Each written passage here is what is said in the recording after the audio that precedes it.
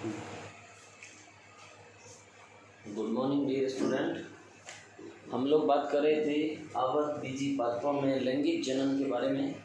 और आवर्तबीजी पादपों के लैंगिक जनन में सबसे पहला चैप्टर था वो नर युग्मोद्भिद की संरचना और विकास, मादा युग्मोद्भिद की संरचना और विकास या परिवर्धन कह दो।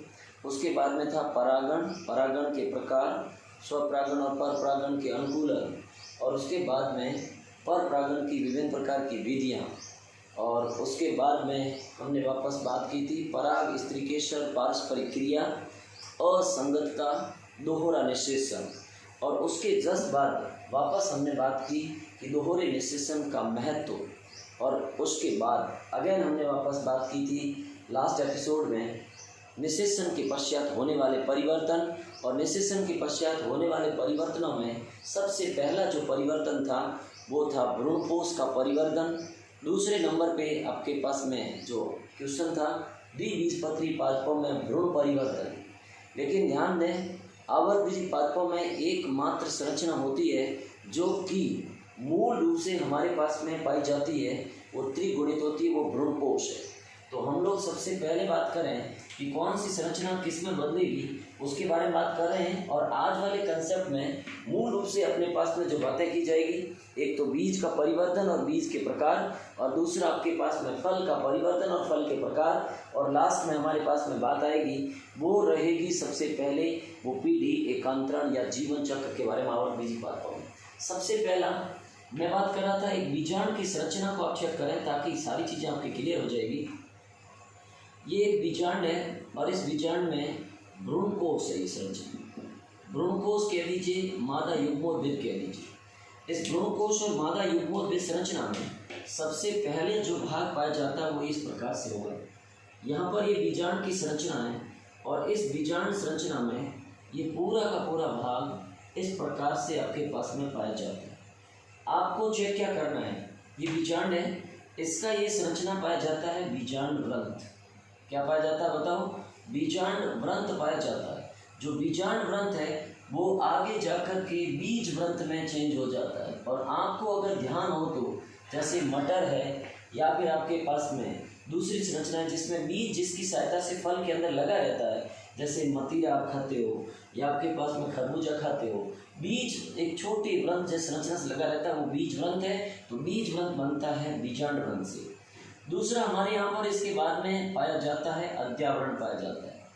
अध्यावरण दो प्रकार के होते हैं और अध्यावरण आगे जाकर के निषेचन के पश्चात बीजावरण में परिवर्तित हो जाता है।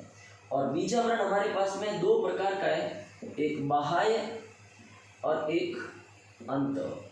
बाह्य चोल को टेस्टा कहते हैं, टेस्टा, और अंत चोल को टैगमैन कहते हैं। बाह्य चोल को क्या कहेंगे बताओ? टेस्टा। अंतःचोल को क्या कहेंगे? टैगमैन। तो कुल मिला के आपके पास में बीजांड व्रंत बीज व्रंत में बदला, अध्यावरण जो बदला है वो बीजावरण में बदल गया। अध्यावरण बदला वो किस में बदला? बीजावरण में। और उसमें दो भाग आ गए, एक बाह्यचोल और एक अंतःचोल।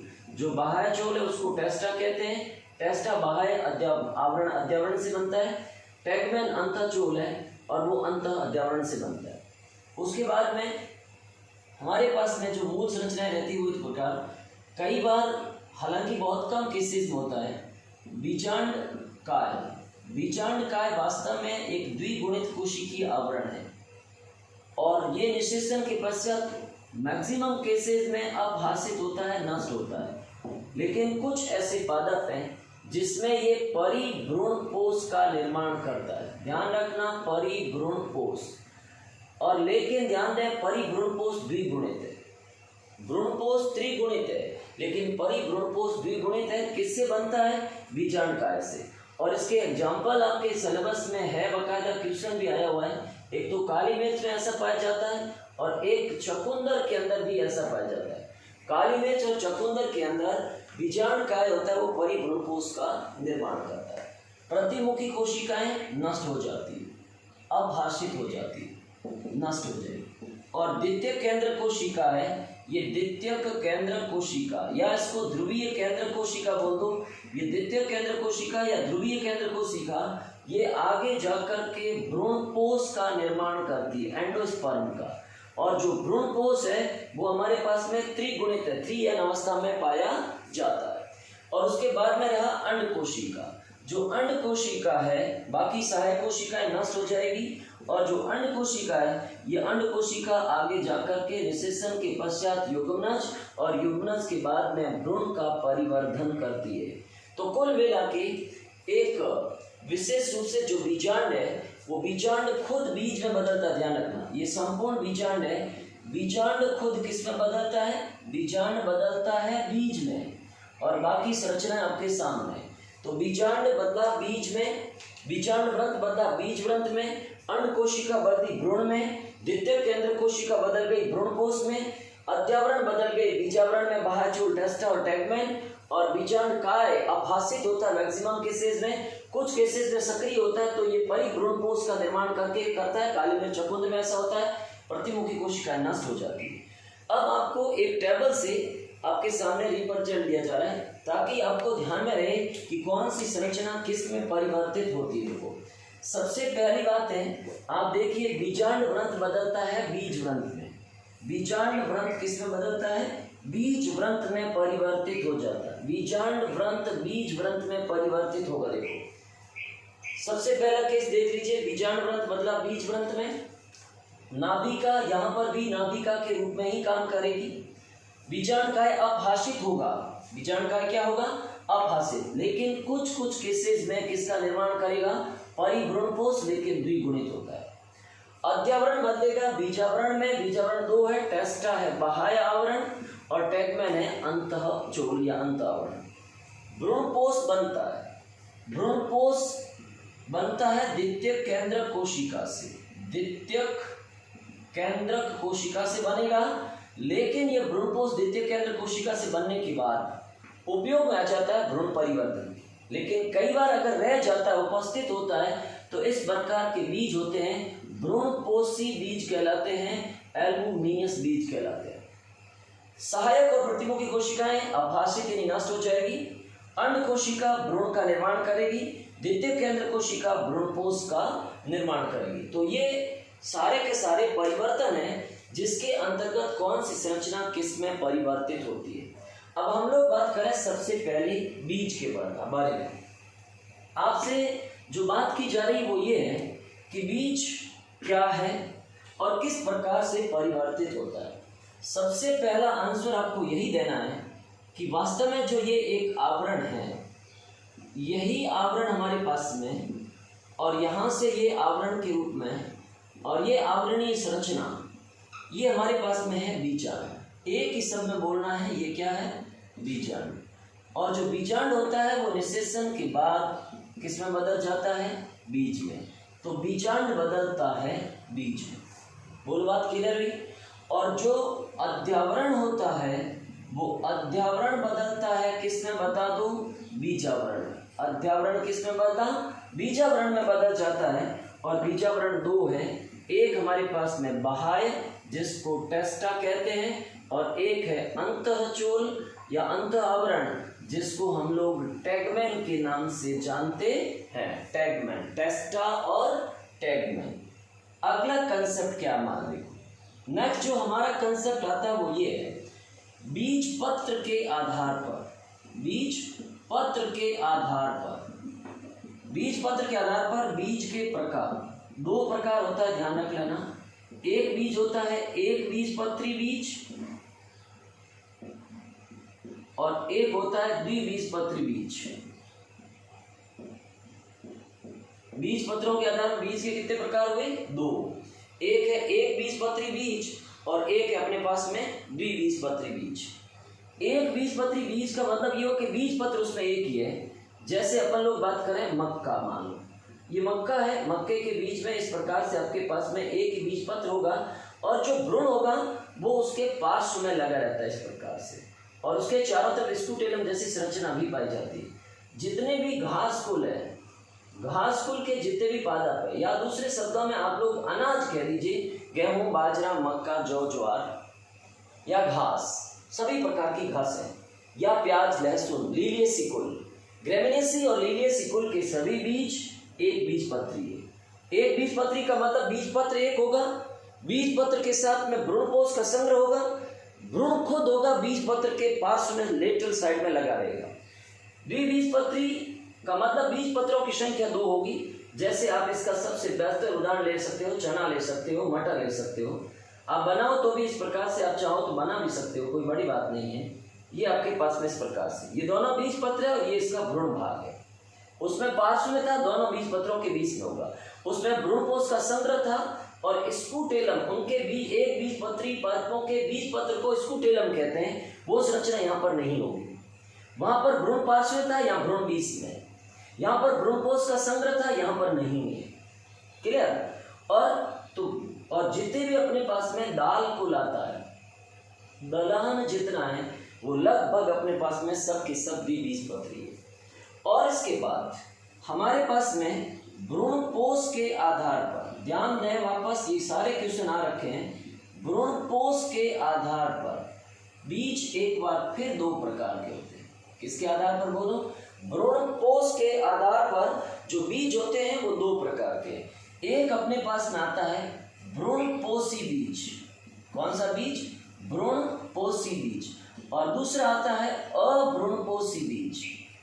भ्रूणपोषी का मतलब ये हुआ ऐसा बीज जिनके बीज पत्र के साथ में भ्रूणपोष का संचय पाया जाता हो। ध्यान एक ही रखना है, जितने भी एक बीजपत्री बीज हैं, एक बीजपत्री बीज, सारे के सारे एक बीजपत्री बीज भ्रूणपोषी है। और सब के सब द्विबीजपत्री, कोई अपवाद है वो अलग बात है। द्विबीजपत्री बीज है वो सब के सब अपने पास में अभ्रूणपोषी है। भ्रूणपोषी को एल्बुमिनियस भी कहते हैं, एल्बुमिनियस। और इसको हम लोग बोलते हैं गैर एल्बुमिनियस बोलते हैं। गैर एल्बुमिनियस का मतलब गैर मतलब अनुपस्थित। तो भ्रूणपोष के आधार पर बीज के कितने प्रकार हुए बोलो? 2 प्रकार। कौन कौन से? एक भ्रूणपोषी बीज और दूसरा कौन सा? अभ्रूणपोषी बीज। भ्रूणपोषी बीज का मतलब ये हो कि ऐसे बीज जिनमें बीज पत्र के साथ में भ्रूणपोष का संग्रह पाया जाता हो, जिनमें बीज पत्र के साथ में भ्रूणपोष उपस्थित होता हो, भ्रूणपोष का पूरा उपयोग नहीं हो पाता हो, अर्थात संग्रहित रह जाता हो, ऐसे बीजों को एंडोस्पर्मिक बीज, भ्रूणपोषी बीज कहते हैं, एल्बुमिनियस बीज कहते हैं। ठीक। और दूसरा, इसके उदाहरण लगभग सभी एक बीजपत्री बीज इसी में आएंगे। एक द्विबीजपत्री का अपवाद है आरएनडी कैस्टर जिसको कहते हैं, वो द्विबीजपत्री होने के बावजूद भी भ्रूणपोषी प्रकार का बीज है। अभ्रूणपोषी बीज या गैर एल्बुमिनियस, ऐसे बीज जिनके बीज पत्रों के साथ में भ्रूणपोष का संग्रह नहीं पाया जाता हो। दो seeds where is the endosperm is absent, ऐसे बीज जिनके साथ में भ्रूणपोष अनुपस्थित होता हो, ऐसे बीजों को अभ्रूणपोषी बीज कहते हैं। कौन से बीज कहेंगे? अभ्रूणपोषी गैर एल्बुमिनियस। और इसका उदाहरण आपके पास में सभी द्विबीजपत्री बीज आएंगे। कौन से बीज आएंगे? सभी द्विबीजपत्री बीज इसी के अंतर्गत आएंगे। अब इसके बाद हमारे पास में बीजों के प्रकार हो गए। एक प्रश्न और पूछा जाता आपसे, सामान्यतः ऐसा देखा जाता है कि बीज के बनने के बाद बीज बनते ही अंकुरित नहीं होता, और बीजों का अंकुरित इस प्रकार से न होना कोई कारण होता है। उसका मूल रीजन है किसी न किसी पदार्थ का संग्रह पाया जाना। तो इस प्रकार की अवस्था को प्रसुप्तावस्था कहते हैं, डोरमेंसी पीरियड कहते हैं। प्रसुप्तावस्था, डोरमेंसी। प्रसुप्तावस्था का मतलब ये हुआ कि बीज के परिपक्व होने से लेकर, यानी बीज पक गया से लेकर के अंकुरित होने के मध्य की, अंकुरित होने की अवधि जिसमें बीज निष्क्रिय अवस्था में पाया जाता हो। कौन सी अवस्था में? निष्क्रिय। अब ऐसा हुआ क्यों? 2 बातें। ऐसी अवधि को तो प्रसुप्ता अवस्था कहते हैं। प्रसुप्ता, ये प्रसुप्ता मतलब विश्राम अवस्था, रेस्टिंग स्टेज, सक्रियता प्रदर्शित नहीं करेगा। एक तो ये कारण है कि बीज जिसमें परिपक्व होता है उसमें जल की मात्रा 5 से 10% ही रह जाती है। दूसरा कारण ये है कि इतनी कम जल की मात्रा में एंजाइम जितने होते हैं वो निष्क्रिय हो जाते हैं श्वसन से संबंधित, तो बीज कार्य करना ही नहीं है। तीसरा कारण ये कि इनके चारों तरफ कोई कठोर आवरण पाया जाता है। चौथा कारण ये कि परिस्थितियां ही ऐसी होती है कई बार जैसे आपके बीज पक गया मान लो, लेकिन बहुत ज़्यादा गर्मी है, तापमान बहुत ज़्यादा हाई है, तो उस स्थिति में अंकुरित नहीं हो सकता। ऐसे बीज जो कम तापमान पर अंकुरित होते हैं वो सर्दियों में उगेंगे, कम अगर आपके पास अधिक गर्मी में उगने वो गर्मियों में उगेंगे, तो वो परिस्थितियाँ हैं। लेकिन कुछ ऐसे बीज हैं जिसमें सजीव प्रजक का गुण पाया जाता है, विविपेरस का, जैसे मैंग्रोव वनस्पति।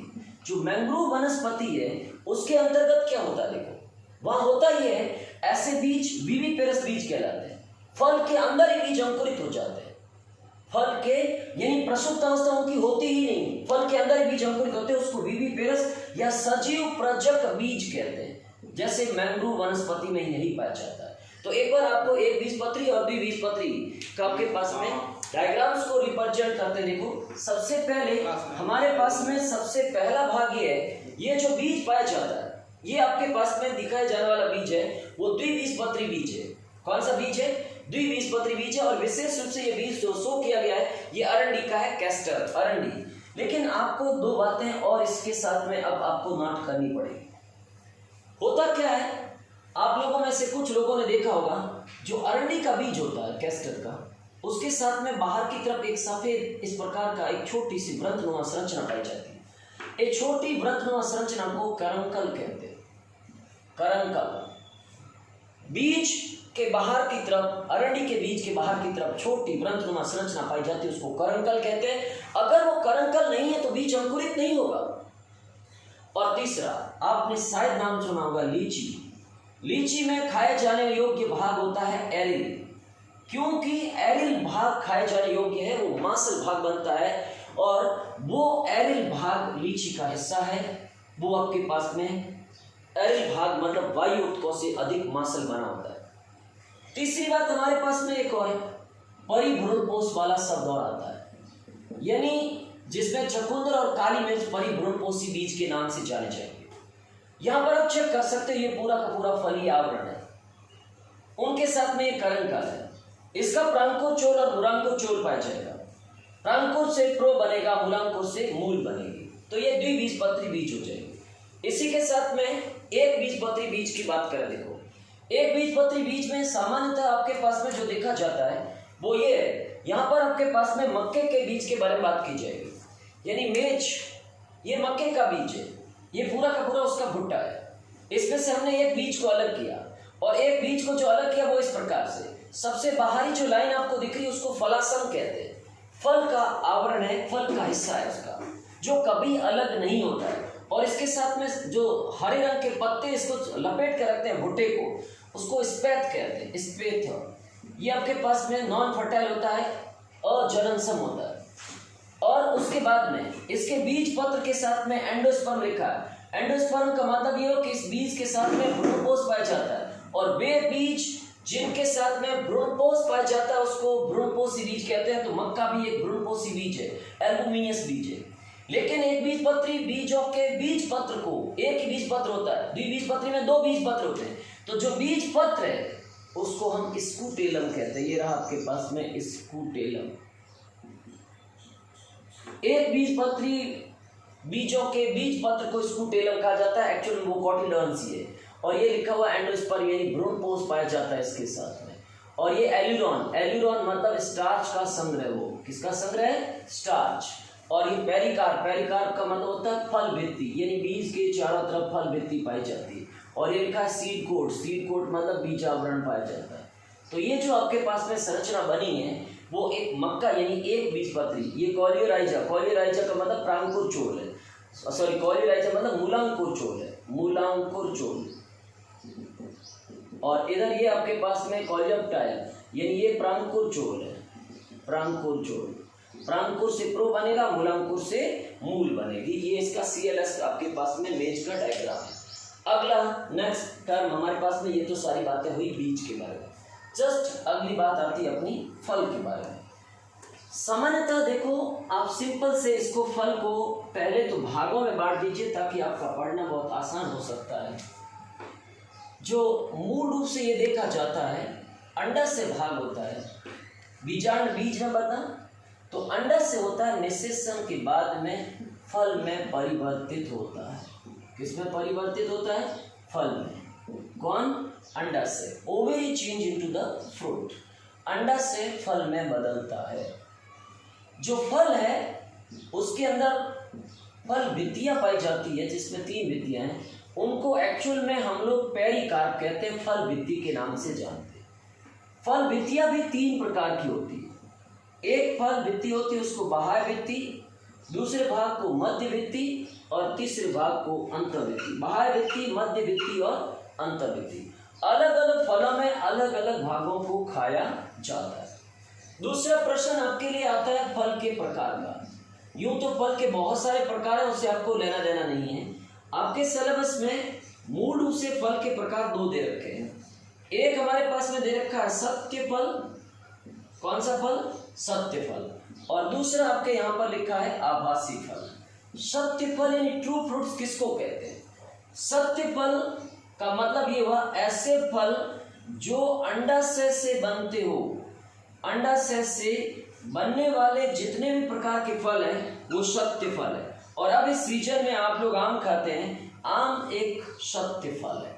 मतलब ये हुआ कि जो अंडाशय से बनता है वो सारे के सारे अंडाशय से बनने वाले फल सत्य फल कहलाते हैं। लेकिन कई बार ऐसा देखा जाता है कि पुष्प के अंदर या तो पुष्पासन या दूसरे शब्दों में हम कह सकते हैं पुष्पक्रम, पुष्पक्रम या पुष्प का कोई भी अन्य भाग, पुष्पीय भाग। लेकिन एक शर्त है, कौन नहीं होना चाहिए? अंडाशय नहीं होना चाहिए। और जब अंडाशय नहीं होगा, अंडाशय को छोड़ करके अन्य कोई भी भाग है, उस भाग से अगर फल बनता हो तो ऐसे फलों को हम लोग कौन से फल कहते हैं? आभासी फल कहते हैं। Those fruits which are formed without ovary, अंडाशय को छोड़ करके अन्य किसी भी भाग से फल बनता है वो आभासी फल कहलाता है। सामान्य रूप से जैसे आपने एप्पल का उपयोग किया है, सेब, वो आभासी फल है। आपने स्ट्रॉबेरी को देखा होगा, खाया होगा, वो हमारे पास में आभासी फल है। वो थैलेमस यानी जो पुष्पासन होता है, उस पुष्पासन से इनका निर्माण हो जाता है। तो कुल मिला के फल कितने प्रकार के हुए? 2, एक सत्य फल और एक आभासी फल। सत्य फल अंडाशय से बनता है और आभासी फल बनता है अंडाशय को छोड़कर अन्य किसी भी भाग से। लेकिन हमारे पास में सत्य फल जो अंडाशय से बनता है उसकी भी स्थितियां हमारे पास में 2 प्रकार से। एक अपने पास में सामान्यतः एक शब्द आता है अनिषेक फलन आता है, पार्थेनोजेनेसिस। अनिषेक फलन, पार्थेनोजेनेसिस मतलब सीधा बिना निषेचन के ही अंडाशय फल में बदलता हो। बिना निषेचन के, बिना निषेचन के अंडाशय किस में बदलता हो? फल में। Without fertilization ovary change into the fruit. इस प्रकार के प्रक्रिया को अनिषेक फलन कहते हैं। और इस प्रकार से बने जो फल होते हैं वो फल बीज रहित होते हैं। और जो सीडलेस फ्रूट होते हैं उनकी मार्केट वैल्यू, व्यापारिक महत्व भी अधिक होता है।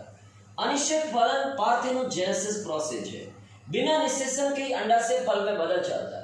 और जब अंडाशय सीधा फल में बदल जाता है, बीजांड के अंदर निषेचन नहीं हुआ है तो बीज बन ही नहीं सकता, सीधा फल ही बनेगा। लेकिन ये भी हमारे पास में अनिषेक फलन है, वो भी 2 प्रकार का है। एक हमारे पास में होता है प्राकृतिक अनिषेक फलन यानी स्वतः ही होने वाला, और एक होता है हमारे पास में प्रेरित या दूसरे शब्दों में कह दो कृत्रिम अनिषेक फलन कह सकते हो। प्रेरित या कृत्रिम में ऑक्सिन हार्मोन का उपयोग किया जाता है या आपके पास में जिब्रेलिन हार्मोन का उपयोग किया जाता है। ऑक्सिन या जिब्रेलिन का स्प्रे किया जाता है ताकि अंडाशय प्रेरित हो जाता है कि निषेचन संपन्न हो चुका है, उस स्थिति में अंडाशय फल में बदल जाता है, तो वो प्रेरित अनिषेक फलन है। और प्राकृतिक रूप से जैसे केला अपने आप ही वहां पर बिना किसी हार्मोन का उपयोग किए अंडाशय खुद बिना निषेचन के फल में बदल जाता है, उसको प्राकृतिक अनिषेक फलन कहते हैं। इसके बाद में जस्ट आपके पास में फलों की स्थिति आपके सामने है। सबसे पहले देखो ये वाला फल है, ये आपके पास में सत्य फल है क्योंकि इसके अंदर ये बीज है और ये आपके पास में अंडाशय से बना है। इधर आपके पास में 2 फल शो किए गए और ये दोनों आभासी फल है। एक आपके पास में एप्पल है और दूसरा आपके पास में स्ट्रॉबेरी है। एप्पल और स्ट्रॉबेरी दोनों दोनों के दोनों आभासी फल है, क्योंकि ये पुष्पासन या पुष्पीय भाग से बने लेकिन अंडाशय से नहीं बने। तो इस प्रकार से फल के प्रकार, फल की विधियां, और एक आपका सत्य फल, दूसरा आभासी फल, और उसके बाद में आभासी फल में भी एक शब्द आता है अनिषेक फलन, बिना निषेचन के अंडाशय का फल में परिवर्तित होना। ये वापस दो प्रकार का हो जाएगा। एक आपके पास में हो जाएगा प्राकृतिक अनिषेक फलन यानी केला, एक है प्रेरित या कृत्रिम जिसमें ऑक्सीजन और जिबरेलिन जैसे हार्मोन का उपयोग करके प्रक्रिया संपन्न करवाई जाती है। नेक्स्ट हमारे पास में इसी का एक टर्म रह गया था, वो है पीढ़ी एकांतरण या जीवन चक्र। आवर्तबीजी पादपों में जीवन चक्र की एक विशेष प्रक्रिया पाई जाती है, अर्थात दुनिया के अंदर जितने भी प्रकार के जो जीव होते हैं उन जीवों में सबसे पहला भाग ये पाया जाता है कि वो जीव अपने खुद को पूरे जीवन में दो विशेष परिवर्तनों से गुजरते हैं। तो आप लोग कह सकते हो जीवन चक्र कह सकते हो, या दूसरे शब्दों में पीढ़ी एकांतरण कह सकते हो, पीढ़ी एकांतरण कह सकते हो, अल्ट्रेशन ऑफ जनरेशन के नाम से जाना जाता है। So first of all we have the one thing is आवर्तबीजी पादपों में जीवन में दो विशेष प्रवस्थाएं पाई जाती है। एक प्रवस्था पाई जाती है बीजाणुद्भिद स्पोरोफाइट, जो कि द्विगुणित है, जिसमें आपके पास में जड़ भी आएगा, तना भी आएगा, पर्ण भी आएगा और पुष्पीय कायिक भाग भी आएंगे। ये लगभग सभी संरचनाएं हमारे पास में बीजाणुद्भिद अर्थात 2n अवस्था वाली होती है। दूसरी अवस्था इनके जीवन में पाई जाती है, वो पाई जाती है युग्मकोद्भिद पाया जाता है, गैमेटोफिटिक स्टेज, अगुणित प्रकार का, और इसमें आपके पास में नर है तो लघु बीजाणु जनन पाया जाता है। एक तो लघु बीजाणु जनन, दूसरा इसके बाद में इसमें बनता है परागकण, परागकण के बाद में हमारे पास में बनते हैं नर युग्मक। ये सारी संरचनाएं अगुणित है। कैसी है? अगुणित है, हैप्लॉइड है। इसी प्रकार से मादा में गुरु बीजाणु जनन पाया जाता है। क्या पाया जाता है बोलो? गुरु बीजाणु जनन से गुरु बीजाणु बनता है। गुरु बीजाणु के बाद में जो स्त्री केशर भाग है उसके साथ में विशेष रूप से अंड कोशिका बनती है, और ये अंड कोशिका, सहायक कोशिका, प्रतिमुखी कोशिका, ये सब की सब कौन सी अवस्था में? अगुणित अवस्था में। लेकिन एक चीज आपको ध्यान देनी होगी, यहाँ पर पाई जाने वाली जो अगुणित प्रवस्थाएं, युग्मोद्भिद अवस्था अल्पकालिक होता है, बहुत कम समय के लिए, वर्ष में एक आध बार ऐसा आएगा, या वर्ष में भले 2 बार भी हो सकता है, लेकिन समय अवधि इनकी बहुत कम है। आवर्तबीजी पादपों में मूल अवस्था, या दूसरे शब्दों में कह दो कि जो प्रभावी अवस्था होती है वो प्रभावी अवस्था होती है बीजाणुद्भिद। जीवन में अगर सबसे लंबा सफर होता है, अवधि सबसे लंबी होती है, तो वो बीजाणुद्भिद अवस्था की होती है। युग्मोद्भिद अवस्था अल्पकालिक होती है। लेकिन आपको नोट क्या करना है? नोट ये करना है कि आवर्तबीजी पादपों का मूल शारीरिक संगठन बीजाणुद्भिद यानी द्विगुणित प्रकार का होता है, और लंबे समय तक यही प्रक्रिया पाई जाती है, और ये अपने आप में स्वतंत्र है, क्योंकि प्रकाश संश्लेषण से अपने पोषण का संश्लेषण खुद करती है। लेकिन युग्मोद्भिद अल्पकालिक है। अल्पकालिक होने के साथ साथ ये अवस्था पूरी तरह से बीजाणुद्भिद पर निर्भर करेगी। इसीलिए हम लोग इस प्रकार के जीवन चक्र को हैप्लोडिप्लॉइडिक कहते हैं। मतलब ये हुआ कि बीजाणुद्भिद के बाद में युग्मोद्भिद, लेकिन युग्मोद्भिद अल्पकालिक है। युग्मोद्भिद वापस निषेचन होगा, युग्मनज बनेगा, और युग्मनज से वापस कौन आ जाएगी? बीजाणुद्भिद। तो बीजाणुद्भिद से युग्मोद्भिद, युग्मोद्भिद से वापस बीजाणुद्भिद। इस प्रकार की प्रवस्थाओं के पाए जाने की प्रक्रिया को हम लोग पीढ़ी एकांतरण कहते हैं, और जो प्रभावी अवस्था होती है, ध्यान रखना, वो बीजाणुद्भिद अवस्था होती है। जस्ट यहाँ पर आपके पास में जीवन चक्र से संबंधित एक स्लाइड को भी रिप्रेजेंट किया जा रहा है, वो इस प्रकार से देखो। सबसे पहले आप लोग ये चेक करेंगे जीवन चक्र में, पीढ़ी एकांतरण में, कि पीढ़ी एकांतरण किस प्रकार से काम करती है। सबसे पहला केस ये है, ये आपके पास में एक पादप है, इसके अंदर ये बीज बना। ध्यान दें, बीज हमारे पास में द्विगुणित रूप है, बीजाणुद्भिद अवस्था है इसकी। बीज अंकुरित हुआ, नवोद्भिद बना, ये भी हमारे पास में द्विगुणित यानी बीजाणुद्भिद अवस्था है। इससे हमारे पास में पादप बना, ये भी हमारे पास में 2n अवस्था अर्थात बीजाणुद्भिद अवस्था है। ध्यान दें, यहां से लेकर के यहां तक ये पूरी प्रवस्था बीजाणुद्भिद है। इधर आपके पास में युग्मोद्भिद आ जाएगा। अब पादप से पुष्प बना, अभी तक इसके सारे भाग लगभग द्विगुणित है। लेकिन जैसे ही लघु बीजाणु जनन होता है नर में, मादा में गुरु बीजाणु जनन होता है, तो लघु बीजाणु और गुरु बीजाणु दोनों अगुणित है, हैप्लॉइड प्रकार है। परागकण बनता है या अंड कोशिका बनती है, दोनों नर युग्मक और मादा युग्मक के रूप में निर्माण करते हैं। वो युग्मोद्भिद यानी अगुणित प्रवस्था उसकी, और नर युग्मक और मादा युग्मक दोनों का संलयन होता है। ये आपके पास में बीजांड की संरचना के साथ में इसको दिया गया है। पराग स्त्री के साथ पारस्परिक क्रिया हुई और निषेचन हुआ, निषेचन होते ही युग्मनज बनता है, युग्मनज से वापस बीजाणुद्भिद अवस्था शुरू हो जाती है। लेकिन उससे पहले की पूरी अवस्था हमारे पास में कौन सी है? युग्मोद्भिद। तो बीजाणुद्भिद, बीजाणुद्भिद के बाद युग्मोद्भिद, युग्मोद्भिद के बाद वापस बीजाणुद्भिद। इस प्रकार की प्रक्रिया को जीवन चक्र या पीढ़ी एकांतरण कहते हैं। तो ये है आपके पास में आवर्त बीजपादपों में लैंगिक जनन की संपूर्ण प्रक्रिया। और उसी के साथ में नेक्स्ट इसी का एक चैप्टर और है, वो जनन की विशिष्ट विधियां, वो नेक्स्ट एपिसोड में बात की जाएगी। तो आपके पास में इसी के साथ आपको धन्यवाद।